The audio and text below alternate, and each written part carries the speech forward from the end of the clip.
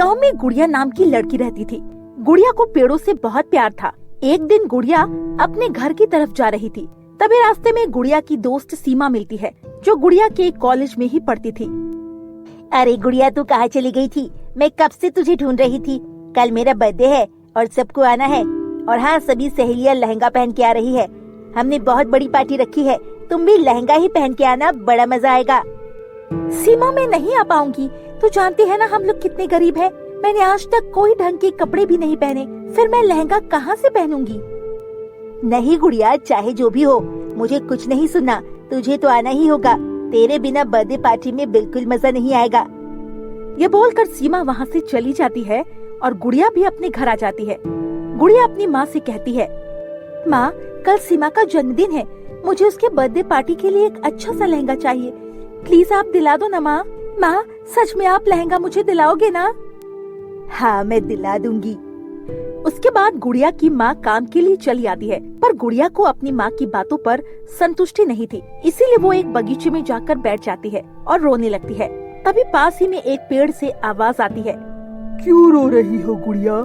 वो आवाज सुनकर गुड़िया घबरा जाती है। कौन हो तुम?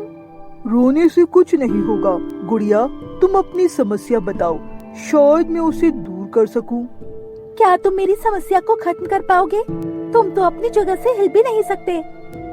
मगर मैं तुम्हारी मदद कर पाऊंगा तो मुझे भी बहुत अच्छा लगेगा। ऐसा क्यों? क्योंकि तुम हमेशा यहाँ आकर हमारी देखभाल करती हो। अब मेरी बारी आई है। फिर गुड़िया उस पेड़ को अपनी उदासी का कारण बताती है। उसके बाद पेड़ अपने जादू से गुड़िया को एक खूबसूरत लहंगा देती है और कहती है, गुड़िया, ये लहंगा जादुई है। ये लहंगे से तुम जो कुछ मांगोगी वो तुरंत पूरा कर देगा। इस लहंगे से किसी का नुकसान करने का बिल्कुल मत सोचना। उसके बाद गुड़िया परी का धन्यवाद कर वो लहंगा लेकर अपने घर चली जाती है। घर जाकर अपनी माँ से कहती है और अपनी माँ को सारी बात बता देती है। ये बात सुनकर उसकी माँ भी बहुत खुश हो जाती है। ऐसे ही कुछ दिन बीत जाते हैं। एक दिन सीमा का जन्मदिन होता है। गुड़िया वो जादू लहंगा पहनकर सीमा के जन्मदिन पर जाती है। अरे गुड़िया, तुम आ गई, और इतना बड़ा गिफ्ट लाने की क्या जरूरत थी? माँ ने दिया है, रख ले। उस दिन गुड़िया बहुत ही सुंदर लग रही थी। सभी लोग उसकी सुंदरता देखकर बहुत खुश हो रहे थे और उसकी खूब तारीफ भी कर रहे थे। सीमा के जन्मदिन खत्म होने के बाद गुड़िया अपने घर चली आती है। एक दिन की बात है, गुड़िया वो लहंगा पहनकर बोलती है, जादुई लहंगा, मुझे एक बड़ा सा घर दे दो। गुड़िया के इतना कहते ही उसका एक छोटा सा घर एक बड़े घर में बदल जाता है। शाम को माँ को काम से घर आते ही गुड़िया बोलती है, देखिए माँ, अब हमारे पास कितना बड़ा घर है। लेकिन बेटी, ये सब कैसे हुआ? इतना बड़ा घर, इतना सारा सामान, ये सब अचानक कहाँ से आया? माँ, मैंने जो लहंगा पहना है ना, वो जादुई है। ये लहंगा मुझे एक जादुई पेड़ ने दिया है। अच्छा, तो ये चमत्कार हो गया बेटी। दोनों माँ बेटी उस दिन बहुत खुश थे। उसके बाद गुड़िया अपने पापा के पास जाती है। हे जादुई लहंगा, मेरे पिताजी को बिल्कुल ठीक कर दो। गुड़िया के इतने कहते ही उसके पिताजी बिल्कुल ठीक हो जाते हैं। ये देखकर गुड़िया बहुत खुश हो जाती है। उस दिन के बाद से गुड़िया अपने परिवार के साथ खुशी खुशी रहने लगती है। एक दिन गुड़िया बगीचा की तरफ आ रही थी। तभी गुड़िया देखती है कि उस जादुई पेड़ को कोई काट रहा है। ये देखकर गुड़िया भागते हुए वहाँ जाती है और बोलती है, नहीं नहीं, तुम इस पेड़ को मत काटो। ये आप क्या कर रहे हो? ए लड़की, हट यहाँ से, वरना तेरा भी गर्दन काटा जाएगा। गुड़िया वहाँ से भागते हुए अपने घर जाती है और जादुई लहंगा पहनकर कहती है, हे जादुई लहंगा, इस पेड़ को बचा लो। इतना बोलकर गुड़िया उसी बगीचे में गई तो गुड़िया ने देखा पेड़ काटने वाला आदमी उसी पेड़ पर उल्टा लटका हुआ था और जोर जोर से चिल्ला रहा था, बचाओ बचाओ, हम इस पेड़ पर कैसे पहुँचे? पता नहीं, हमें कोई उतारो, हमें बचाओ। तुम्हें कोई नहीं बचाएगा। तुम तब तक ऐसे उल्टा लटके रहो जब तक तुम्हें अकल ठिकाने नहीं आएगी। अरे बेटिया, हमें माफ कर दो। अब कुछ नहीं हो सकता। प्लीज बेटी, मुझे माफ कर दो। मैं आगे से कभी किसी पेड़ को नहीं काटूंगा और मैं ईमानदारी से काम करूंगा। गुड़िया उस आदमी की बात सुनकर उनको माफ कर देता है और गुड़िया उस जादुई लहंगा को कहती है, हे जादुई लहंगा, इन्हें माफ कर दो। उसके बाद जादुई लहंगा उन दोनों को पेड़ से उतार देती है। वो आदमी गुड़िया से माफी मांग कर वहाँ से भाग जाता है। उसके बाद गुड़िया कहती है, पेड़ तुम ठीक तो हो ना? जिसके पास तुम्हारे जैसा दोस्त हो उसका क्या हो सकता है। अच्छा पेड़, अब मैं चलती हूँ। इतना बोलकर गुड़िया वहाँ से चली जाती है। उस दिन के बाद से गुड़िया अपने परिवार के साथ हंसी खुशी रहने लगती है।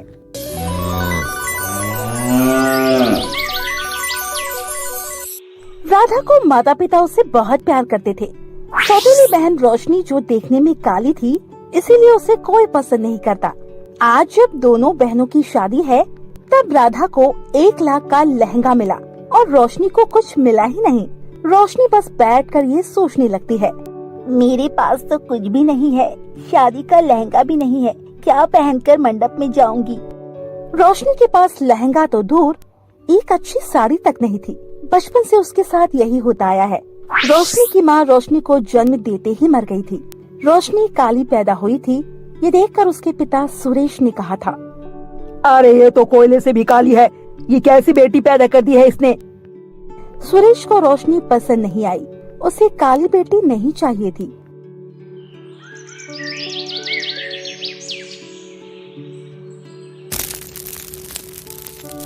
इसीलिए 1 हफ्ते के अंदर उसने फिर से शादी कर ली।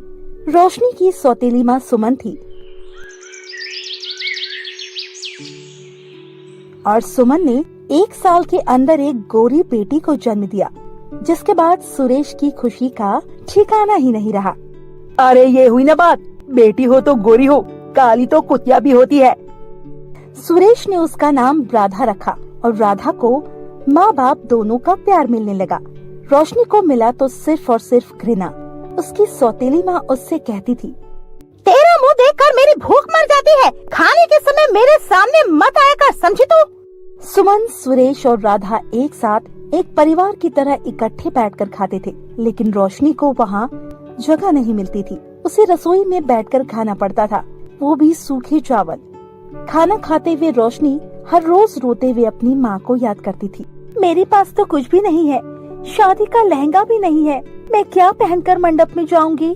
माँ, आप मुझे अपने साथ लेकर क्यों नहीं गई? माँ, मैं आपके पास आना चाहती हूँ, भगवान मुझे ऊपर बुला लीजिए, मुझे अपनी माँ के पास जाना है। एक तो सौतेली, ऊपर से काली, ऐसी लड़कियों के नसीब में सिर्फ और सिर्फ दुख, दर्द और पीड़ा ही लिखी हुई है। ये बात रोशनी बहुत पहले समझ गई थी।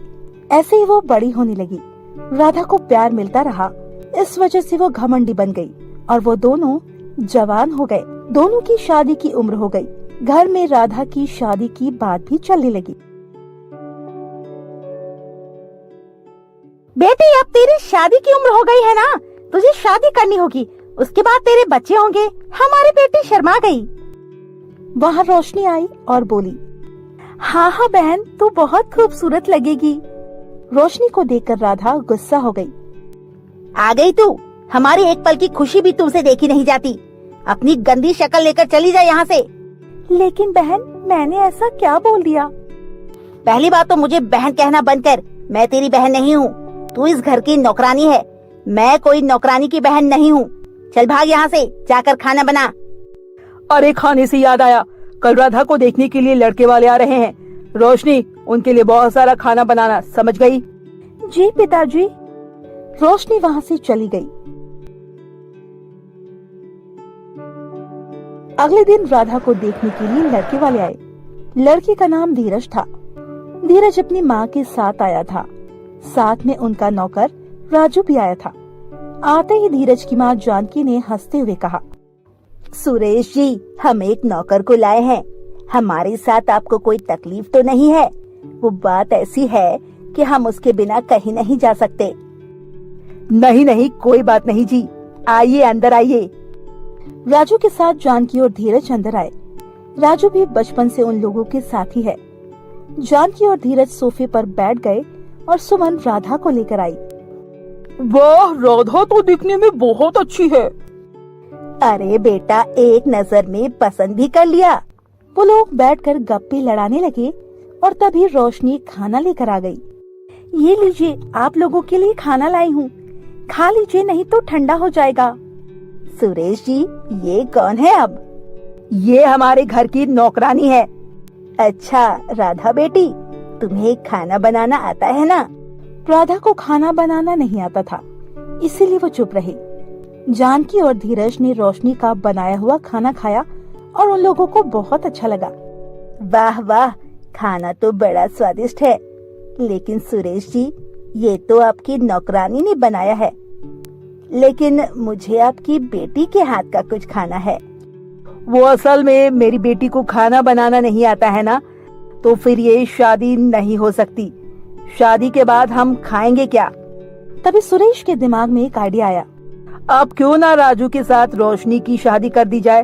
रोशनी भी आपके ही घर में चली जाएगी और हर रोज खाना बनाकर खिलाएगी। सभी शादी के लिए मान गए। रोशनी और राजू से किसी ने एक बार भी नहीं पूछा। सुरेश ने एक तीर से 2 निशाने मार दिए। दहेज के बिना रोशनी की शादी नहीं होने वाली थी, लेकिन अब रोशनी को विदा करने के लिए सुरेश को एक्स्ट्रा पैसे खर्च करने की जरूरत नहीं पड़ेगी। शादी का दिन नजदीक आने लगा और राधा ने 1 लाख का लहंगा खरीद लिया। रोशनी ने कहा, पिताजी, मेरे लिए लहंगा नहीं खरीदा आपने? तुम लहंगा पहनकर क्या करोगी? नौकरानी को लहंगा पहनना है। सभी ने हंसते हुए रोशनी की बात को टाल दिया, लेकिन रोशनी को पता था शादी जिंदगी में सिर्फ एक बार होती है। इसीलिए उसने कहा, मुझे भी लहंगा चाहिए। 1000 का लहंगा भी चलेगा। तेरे लिए 1 रुपए भी खर्च नहीं करूंगा। पता नहीं कहाँ से आ गई तू। तुझे तो अफ्रीका के जंगलों में होना चाहिए था। और ऐसे ही शादी का दिन आ गया। राधा लहंगा पहनकर तैयार होने लगी, लेकिन रोशनी के पास पहनने के लिए कुछ नहीं था। वो अपनी माँ कुसुम की फोटो के सामने खड़ी होकर रोने लगी। माँ, क्या ऐसी शादी होगी मेरी? ना लहंगा, ना अच्छे कपड़े। यहाँ क्यों रख गई है मुझे माँ?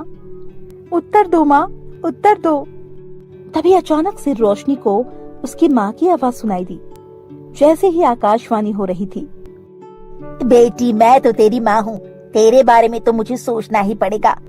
बिस्तर के नीचे एक ट्रंक है, उसके अंदर मेरी शादी का लहंगा है। उसे निकाल कर पहन ले। माँ, तुम कहाँ हो? तेरे दिल में हूँ बेटी, अब जल्दी से लहंगा पहन ले। रोशनी ने बिस्तर के नीचे से ट्रंक निकाला और उसमें से लहंगा निकालकर पहन लिया। पहनते ही एक चमत्कार हो गया। रोशनी काली से गोरी हो गई। वो इतनी सुंदर हो गई कि खुद को आईने में देखकर उसके होश उड़ गए। जब शादी के मंडप पर धीरज खड़ा था, पास में ही राजू खड़ा था। राधा मंडप में पहुंची और उसके बाद रोशनी वहां पहुंची। रोशनी को देखकर सबके होश उड़ गए। क्या मैं इतनी सुंदर हूँ? लेकिन कैसे? ये माँ का प्यार है बेटी। अब जा शादी के मंडप में। जब शादी के मंडप पर धीरज खड़ा था, पास में ही राजू खड़ा था। राधा मंडप में पहुंची और उसके बाद रोशनी वहां पहुंची। रोशनी को देखकर सबके होश उड़ गए। क्या? गोरी कैसे हो गई? क्या ये नौकरानी इतनी सुंदर? ये तो राधा से भी सुंदर हो गई है। रोशनी ने राजू का हाथ पकड़ा और अचानक से राजू भी लंबा और गोरे मर्द में बदल गया। उसने कहा, अब मालिक पता नहीं मुझे क्या हो गया, लेकिन मैं अब से आपके घर में काम नहीं कर सकता। राजू और रोशनी वहाँ से भाग गए। उन दोनों ने कहीं और जाकर मंदिर में शादी कर ली। यहाँ जानकी और धीरज को जब पता चला कि रोशनी सुरेश की नौकरानी नहीं बेटी है, तब उन्होंने शादी से इनकार कर दिया। राधा अंदर से टूट गई। रोशनी अपनी माँ के आशीर्वाद से राजू के साथ बहुत दूर जाकर घर बसाया और वो दोनों लहंगा बनाकर बेचने लगे। इस तरह से वो दोनों एक खुशहाल जिंदगी बिताने लगे और यहाँ राधा से किसी ने शादी नहीं की। वो 1 लाख का लहंगा लेकर पूरा जीवन कुंवारी ही रह गई।